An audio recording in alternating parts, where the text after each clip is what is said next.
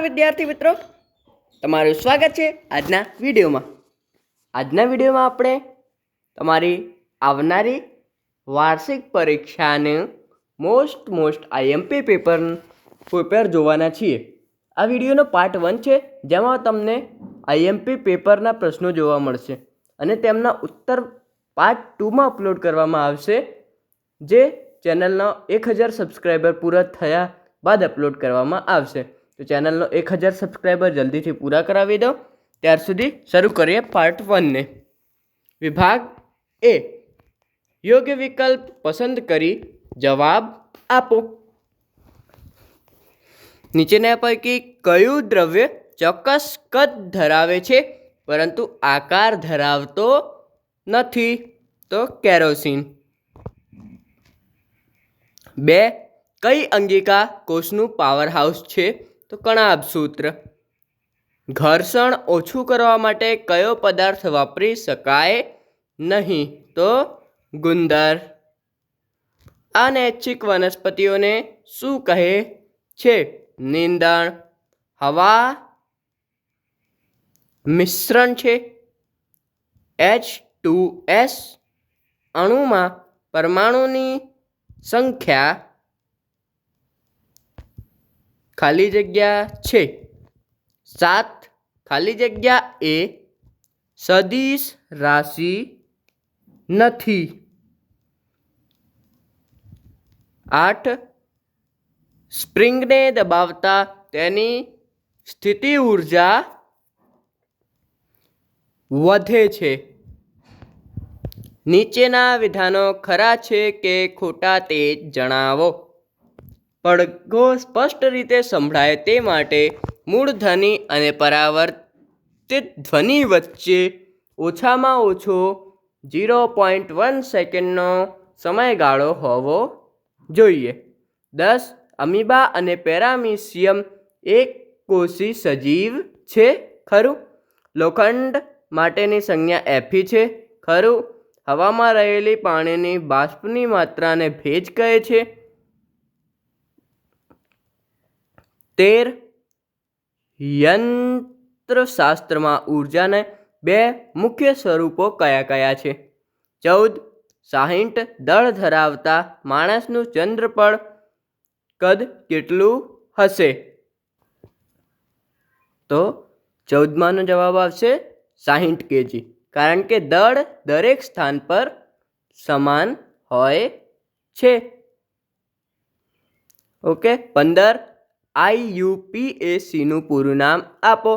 International union for pure and applied chemistry. 16. તિજોરીને કાટ લાગવો એ ભૌતિક ફેરફાર છે કે રાસાયણિક? તો રાસાયણિક. વિભાગ બી. 17. વધતી જતી ઘનતાના યોગ્ય ક્રમમાં ગોઠવો. તો ઘનતાના યોગ્ય ક્રમમાં ગોઠવવાનું છે. કોની ઘનતા વધુ, કોની ઓછી. ઓકે. 18. તફાવત આપો. ધાતુ અને અધાતુ. ધાતુઓ ચળકાટ ધરાવે છે, અધાતુઓ નથી ધરાવતી. તણાવપણું, ટીપાવપણું, એ બધું લખી દેવાનું. હવે આગળના પ્રશ્નમાં જોઈએ. 18 અથવાનો પ્રશ્ન છે. મિશ્રણ એટલે શું? ઉદાહરણ આપી સમજાવો. જોડકા જોડો.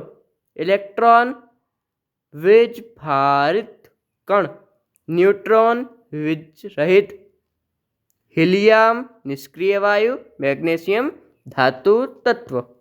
20 કારણ આપો. સજીવનો પાયાનો એકમ કોષ છે. તો આમાં તમે લખી શકો, જે રીતે ઈંટોથી ઇમારત બને છે તે રીતે બનેલું છે, અને આ પ્રકારે તમે લખી શકો છો તમારી રીતે. તફાવત આપો. વનસ્પતિ કોષ અને પ્રાણી કોષ.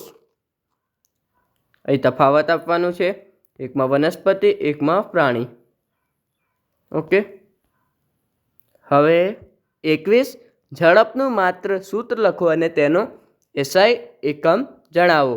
તો ઝડપ બરાબર અંતરછેદમાં સમય અને તેનો SI એકમ લખવાનું છે. 22. નીચેના પૈકી કોનું જડત્વ સૌથી વધુ છે? 1. રબરનો દડો અને તેટલા જ પરિમાણનો પથ્થર, સાયકલ અને ટ્રેન. 22. કોઈ ઝાડની ડાળીને તીવ્રતાથી હલાવતા કેટલા પર્ણો કેમ ડાળીમાંથી છૂટી જાય છે? તો જડત્વને કારણે તે પોતાની સ્થિતિ જાળવવા રાખવાની પ્રયાસ કરે છે પણ નથી રહી શકતા. એ પ્રકારે તમે લખી શકો છો. 23. ગુરુત્વાકર્ષણનો સાર્વત્રિક નિયમ લખો. 24. તફાવત આપો. સંગત તરંગ અને લંબગત તરંગ. તરંગો બે પ્રકારની હોય છે, એક આ પ્રકારે અને બે પ્રકારે. એક ઉપર નીચે જાય છે, પછી બીજી આ રીતની હોય છે. હવે 25. અનાજ, દાળ અને ફળો શાકભાજીમાંથી આપણને શું મળે છે? તો કાર્બોહાઈડ્રેટ, પ્રોટીન અને એ પ્રકારનું બધું લખી શકો છો. 26. ગુરુ પોષક તત્વ એટલે શું? ઉદાહરણ આપો. ઓકે. વિભાગ સી. 27. ઘન પદાર્થોના ગુણધર્મો જણાવો. તો ઘન પદાર્થોનો આંતરઆણવીય આકર્ષણ બળ વધારે હોય છે, તે ચોક્કસ કદ અને આકાર ધરાવે છે. એ પ્રકારે લક્ષણો લખી શકો છો. 28. ચા બનાવવા માટે તમે કયા કયા પગલાં લેશો? દ્રાવણ, દ્રાવક, દ્રાવ્ય, ઓગળવું, સુદ્રાવ્ય, અદ્રાવ્ય, ગાળણ અને અવશેષ જેવા શબ્દોનો ઉપયોગ કરો. ચા બનાવવાની પ્રક્રિયા લખવી છે. 29.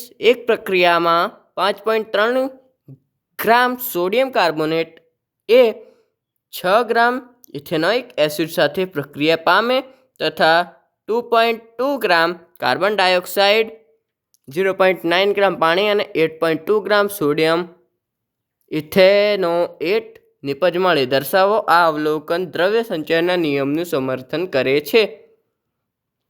તો પ્રક્રિયકોનો સરવાળો અને નિપજનો સરવાળો એ બંને સમાન છે, દર્શાવી દેવાનું. તેથી સમર્થન કરે છે આ પ્રકારનું કે આટલે જે સંખ્યા આપેલી છે તેમનો સરવાળો સમાન થાય તો સમર્થન કરે છે. હવે 30. વનસ્પતિ કોષની નામ નિર્દેશિત આકૃતિ દોરો. વનસ્પતિ કોષની આકૃતિ દોરવાની છે.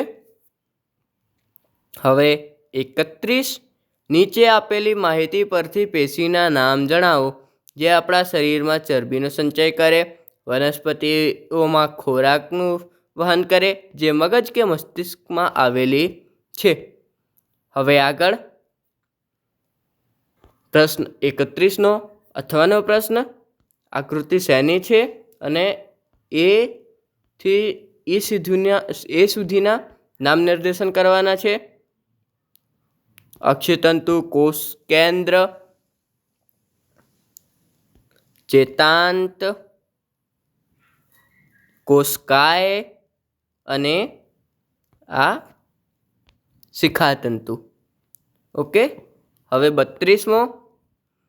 નીચે દર્શાવેલ અંતર સમયના આલેખ શું દર્શાવે છે તે જણાવો.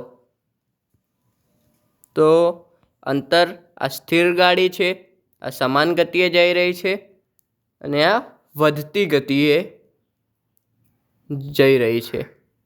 અશ્રાવ્ય ધ્વનિ વિશે જરૂરી સમજ આપો. 33નો અથવાનો. પરાશ્રાવ્ય ધ્વનિ વિશે જરૂરી સમજ આપો.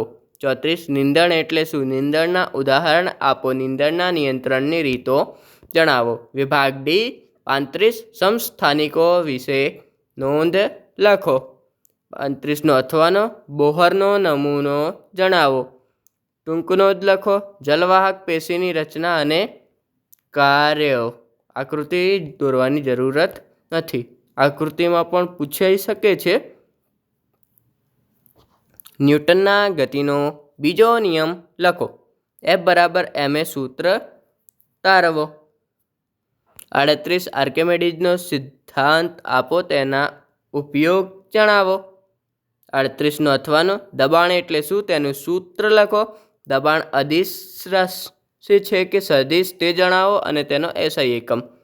પદાર્થની ગતિ ઉર્જાનું સમીકરણ મેળવો. પદાર્થની ગતિ ઉર્જાનું સમીકરણ મેળવવાનું છે. તો આજનો વિડીયો અહીં પૂરો થાય છે. વિડીયોનો પાર્ટ 2 ચેનલ પર 1000 સબસ્ક્રાઈબર પૂરા થતાં મળી જશે. તો ચેનલ પર 1000 સબસ્ક્રાઈબર જલ્દીથી પૂરા કરાવી દો. હવે મળીએ બીજા વિડીયોમાં. ત્યાર સુધી પ્રેક્ટિસ કરતા રહો અને સારા માર્ક્સ લાવજો.